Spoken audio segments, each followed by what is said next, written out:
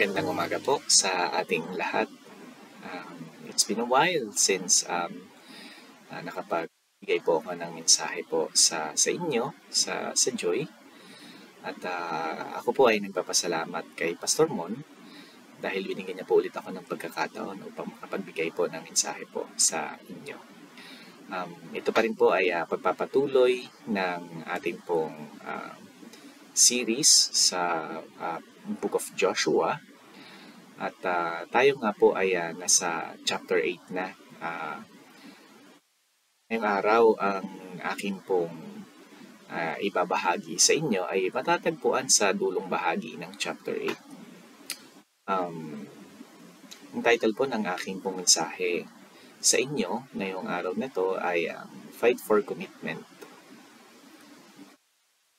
Commitment, isang salita na karamihan po sa atin ay iniiwasan or kadalasan ay hindi pinaninindigan. Isang simpleng salita na maaaring makasira sa isang relasyon kung ito ay hindi maisa sa katuparan. Ngunit maaari din namang makapagpanumbalik sa atin sa focus na unti-unting nawawala or nawala paglipas ng panahon. Ano nga ba ang commitment at gaano nga ba ito kahalaga? Gaano ba kahalaga ang commitment na tinutukoy sa Bible? At kailangan pa itong ipaulit-ulit or kailangan pang ulit-ulitin sa kanila or sa atin mula noon hanggang ngayon? Ano ba ang nakapaloob sa commitment na ito na kinabibilangan natin at kailangan natin itong isapuso at panindigan? Alamin natin yan sa pagpapatuloy po ng pag-aaral natin. But first, let us pray. Dear God, Heavenly Father, Panginoon, kami po ay nagpapasalamat, Panginoon, sa pagkakataong ito na kami po ay nakapagsama-sama ulit, tipon-tipon, Panginoon, at nag-aaral, Panginoon, ng inyong salita. Ama, kayo po nawa ang mangusap sa bawat isa po sa amin, Panginoon. Kayo po ang makita namin, Panginoon, sa bawat bahagi ng mensaheng ito, Panginoon. Kayo po, Panginoon, ang kumatok sa mga puso namin, Panginoon, at magpaalala, Panginoon, sa mga bagay, lalong-lalo na po, Panginoon, sa commitment namin, Panginoon, sa inyo, Panginoon, na maaaring nakakalimutan or napapabayaan namin, Panginoon. Ama, hangad po namin ang inyo pong paggabay para po sa araw na ito. Dinadalangin po namin ito sa pangalan ni Jesus na nagpapagligtas. Amen. Ang passage natin ngayon ay makikita nga, gaya ng sinabi ko kanina, sa dulong bahagi ng Joshua, chapter 8, which is verse 30 to 35. Ano nga po ba ang significance or importance ng verse na ito? At bakit kailangan pa itong ihiwalay sa pinaka-main story ng chapter 8, which is yung fall of Ai? So, tingnan po natin yan mamaya. Pero basahin po muna natin yung verse. If you have your Bibles po, kindly open it sa Joshua chapter 8, verse 30 to 35. I'll be reading po in NIV version. Verse 30, Joshua renews the covenant. At the time, Joshua built an altar to the Lord, the God of Israel, on Mount Ebal, just as Moses, the servant of the Lord, had commanded the people of Israel, as it is written in the book of the law of Moses, an altar of uncut stones, upon which no man has wielded an iron tool. And they offered on it burnt offerings to the Lord, and sacrificed peace offerings. And there, in the presence of the people of Israel, he wrote on the stones a copy of the law of Moses, which he had written.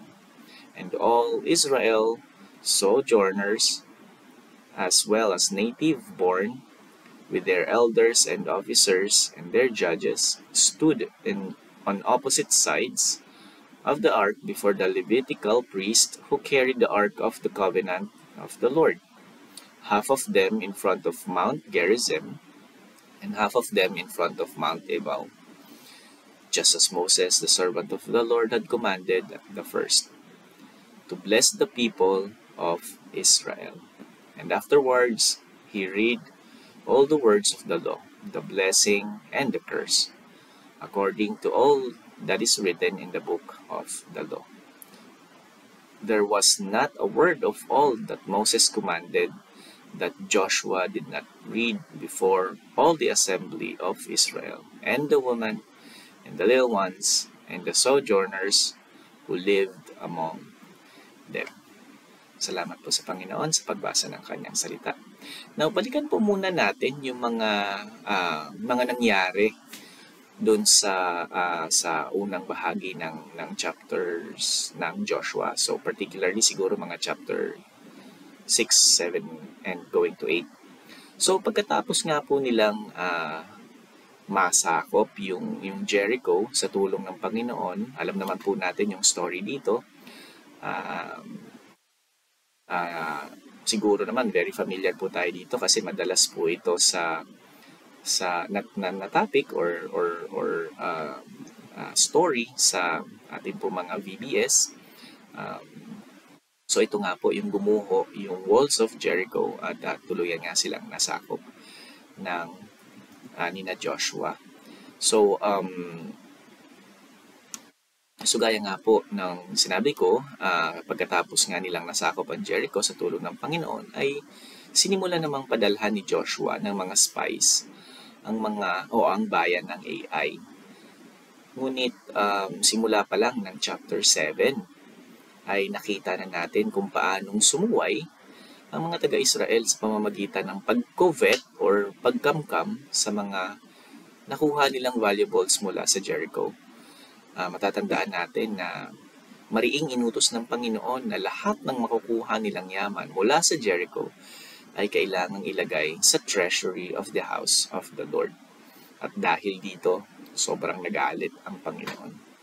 Dahil kay Achan na mula sa tribe ni Judah na nagka-interes at kumuha ng mga yaman na kanilang nakuha nga sa Jericho, na sa pamamagitan ng kanyang action ay tahasan niyang sinuway ang utos ng Panginoon. At dahil nga dito ay natalo ang mga sundalong unang ipinadala ni Joshua sa Ai. Kasi kung matatandaan nga po natin dun sa story ay tinanong ni Joshua ang kanyang mga spies at ang sabi nga ng kanyang mga spies ay kaya natin, konti lang naman sila, so magpadala ka lang ng ganitong bilang ng mga sundalo.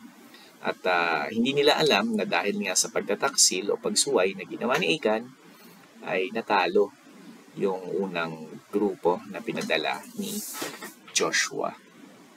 At dahil nga po doon sa nangyaring yun ay labis na nagluksa si Joshua kasama ng mga iba pang priest at sinimulan nga nilang questionin ang Panginoon dahil sa nangyari sa kanila.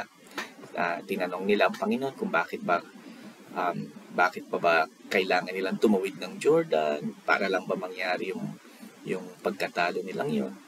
So, unti-unting pinanghinaan si Joshua. Ngunit pinanatag sila or siya ng Panginoon. At sinabi ni God kung ano ang tunay na dahilan kung bakit sila natalo. At nag-imbestiga nga sila base sa instruction ni God. Makikita natin lahat ito sa chapter. I know na dapat nadaanan niya na ito sa mga nakaraang chapters, no? So dahil nga sa instruction ni God ay nahuli ni Joshua yung salarin, which is si Achan. At ito nga ay kanilang pinarusahan kasama ng mga taong malalapit sa kanya. At ganun na din yung kanyang mga alagang hayop sa pamamagitan ng stoning to death. So, inadmit ni Achan yung kanyang pagkakamali at itinuro niya kung nasaan nakikita yung yaman na ninakaw niya, ay pinarusahan pa rin siya ng kamatayan sa pamamagitan ng stoning to death dahil sobrang grave nung ginawa niyang pagtataksil at pagsuway sa utos ng Panginoon. Matapos neto ay binigyan na nga muli ng instruction ni God si Joshua sa chapter 8 upang muling umatake sa Ai at sila nga ay matagumpay na nasakop ang Ai. So, ang ganda ng story na to nung pagkakasakop nila sa Ai, kung yung strategy na ginawa ni Joshua rito na magpe-pretend na sasakop o sasakupin nila yung AI and then tumakbo. Tapos yung mga taga-AI, akala nila nanalo na naman sila, not knowing na may nakalaan pala o may naka-ready pala o nakaabang na ambush sa kanila. At yung ibang mga sundalo naman ni Joshua ay handa na or ready nang umatake sa AI. At pagkatapos na nga nito ay kanilang ginawa na nga yung seremonya doon sa dulo ng chapter 8. At yun yung na topic natin for today. Bigyan ko lang po kayo ng background. Ang setting po ng passage po natin ay matatagpuan pa din po sa land of Canaan. So after na nga po nila itong makatawid ng Jordan River. But take note, ang dalawang bundok po na binabanggit sa verse 30-35 ng chapter 8 ay matatagpuan sa northern part ng AI. So medyo malayo-layo po ito. Basta nasa taas na part po siya ng AI. Ang ginawang ritual ni Joshua sa Mount Ebal at Mount Gerizim ay fulfillment ng Deuteronomy 27:28 kung saan base doon sa Deuteronomy 27:28 ay inutos nga ni Moses na pagtawid nila sa Jordan River ay kailangan nilang gumawa ng altar at mag-alay ng sacrifices nila sa dalawang bundok na ito. Agreement lang po, ang seremonya na ginawa dito ni Joshua ay hindi bilang isang victory celebration sa pagkakapanalo nila over AI or Jericho, kung hindi ito po ay continuation lamang ng mga inutos sa kanila ni God through Moses na kailangan nilang gawin after nilang makatawid sa Jordan River. So hindi lang po ito yung pag-o-offer ng sacrifice at saka yung kanila pong ceremony doon sa bundok. Nandyan din po yung circumcision and yung isa lang doon yung circumcision din. Tapos, isa pa po sa agreement natin, ang ibig sabihin po ng an altar of uncut stones upon which no man has wielded an iron tool ay nagpapakita lamang po na dapat ang atensyon ng mga tao that time ay kay God lamang at hindi maaaring ibaling dun sa mga magagarang disenyo ng altar. So, as bare as kung gaano nga sinabi rito, uncut at hindi nagagalaw ng iron tools or kahit na anong tools ang pagkakagawa ng altar na dapat ay kay God sila nakafocus at hindi sa design.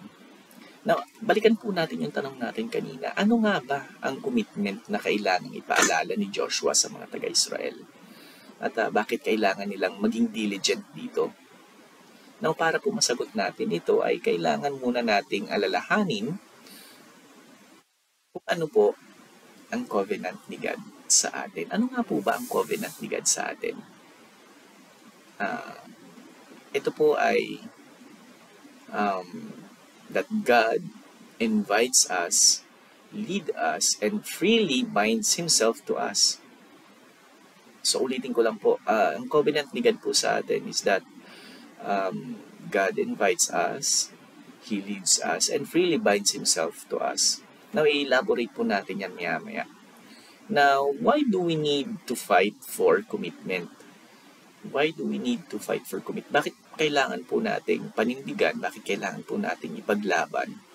Bakit kailangan po nating alalahanin ang ating mga commitment, ang ating mga pangako or kasunduan?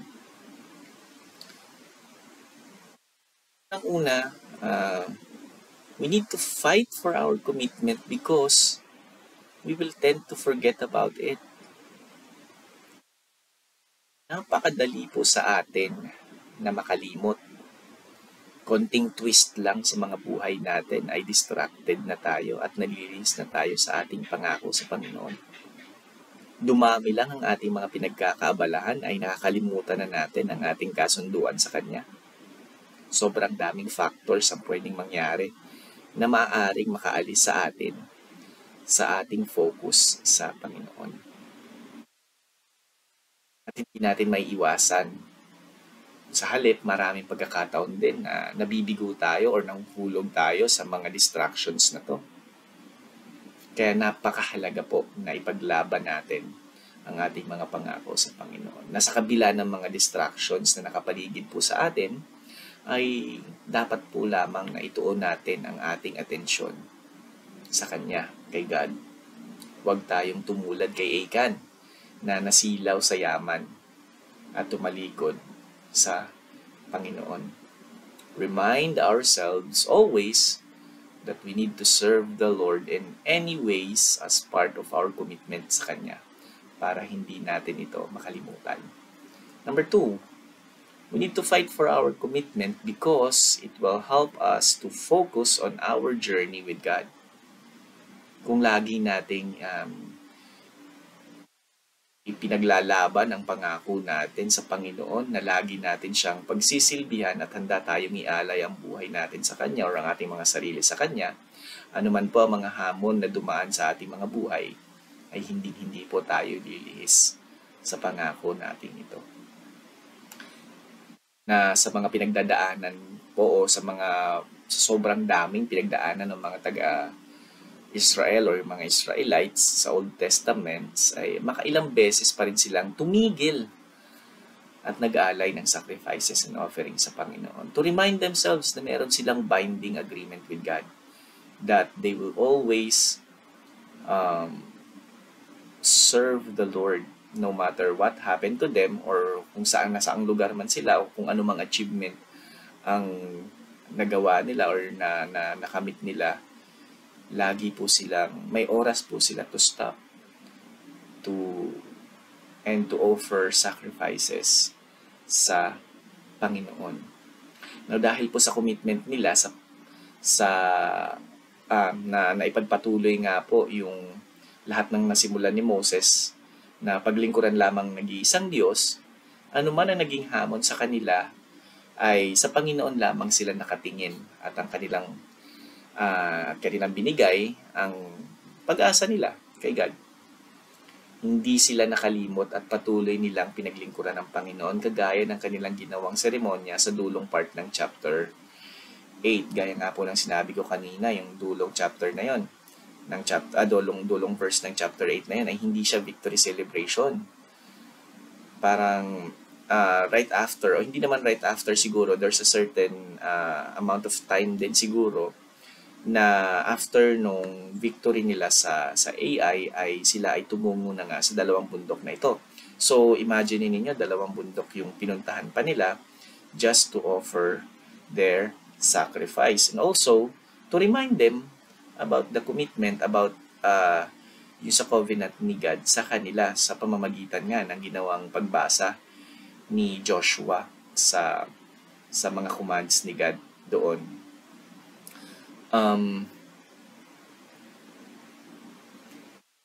Lagi nating balikan ang ating mga pangako sa Panginoon at ituon lamang natin ang ating mga focus sa Kanya. Patuloy nating tahakin ang landas patungo sa Kanya upang hindi tayo maligaw or madapa along the way. Number 3, why we need to fight for our commitment? Because this is our covenant to God. This is our covenant to God. Ito ang kasunduan natin sa Panginoon. Ito ang kasunduan ng Panginoon sa atin. Binigay ni God ang covenants niya sa atin as a sign of His promise to us that He will always be with us to protect us, guide us, and bless us. Kagaya ng ipinangako niya kay Abraham, kay Noah, at sa mga tao noon sa Israel sa pagkakataong ito. At ang response natin sa lahat ng mga covenants na binigay ni God ay ang ating complete trust. So ito yung dapat na maging response talaga natin, no? Yung ating complete trust at yung ating complete surrender. At ito ang ating commitment na kailangan nating panindigan at ipaglaban. Maraming pagkakataon din sa Old Testament na hindi pinanindigan ng mga tao noon ang kanilang covenant sa Panginoon. Maaaring mahirap o maaaring napakaraming factor gaya nga ng sinabi ko kanina. And marami sa kanila ang na-fall at na-break ang covenant nila with God. At isa na nga dito yung mga Israelites. Mapapasa din natin yan sa along sa continuation ng Joshua. And maraming pagkakataon din na na-break nila yung covenant nila with God nung sila ay sumamba sa mga Diyos-Diyosan. At dahil dito, na-break nila yung kanilang covenantal bond with God. Hindi naman problema ang covenant ni God kung hindi ang mga puso ng tao noon hanggang ngayon. Walang problema doon sa covenant sa atin ni God. Ang problema ay yung mga deceiving hearts natin. Kaya sabi nga ni God sa Hebrews 8 na darating ang panahon that He will make a new covenant to address this problem. At yan ay walang iba kundi si Jesucristo. By His loving sacrifice to pay the penalty for man's sin, He made it possible for human sins to be forgiven after repentance. This opened the way for God to offer His Holy Spirit, which begins the process of creating a new heart in us that allows God's good and beneficial laws to be internalized and obeyed. With a loyal love, not possible for people without God's Holy Spirit. So makikita rin natin ito sa Hebrews 10 verse 16 to 17. Now, the new covenant provides not just the better promise of eternal life, but the spiritual health that is absolutely necessary para po sa atin upang ma-fulfill natin yung part natin of the agreement. Sa pamamagitan po ni Kristo, mas naging possible para sa atin na tuparin ang ating commitment sa Panginoon. Nung ibinigay natin ang ating mga sarili kay Kristo bilang ating Diyos at tagapagligtas, mas naging malinaw sa atin ang ating kasunduan sa Panginoon. Nung si Kristo na ang nanguna sa atin bilang Diyos o bilang Diyos na nagkatawang tao, mas naunawaan natin ang tunay at wagas na pagmamahal sa atin ng Panginoon. Since may tendency tayo na mag-fail, even though sa pamamagitan ni Joshua ay na-renew yung covenant sa Mount Gerizim at Mount Ebal, nakakalimutan or makakalimutan agad ito ng mga susunod na generation. At si God na mismo ay nag-enable sa atin to keep the covenant dahil sa kanyang Holy Spirit na nagbabago ng desires natin. Si God na rin mismo ang gumagawa ng paraan upang pangalagaan natin or tuparin natin yung ating mga covenant sa Kanya sa tulong ng Kanyang Holy Spirit na unti-unting binabago po ang ating mga desires. In conclusion, hindi po magsasawa na ipaalala sa atin ng Panginoon ang Kanyang covenant. He will never leave us nor forsake us.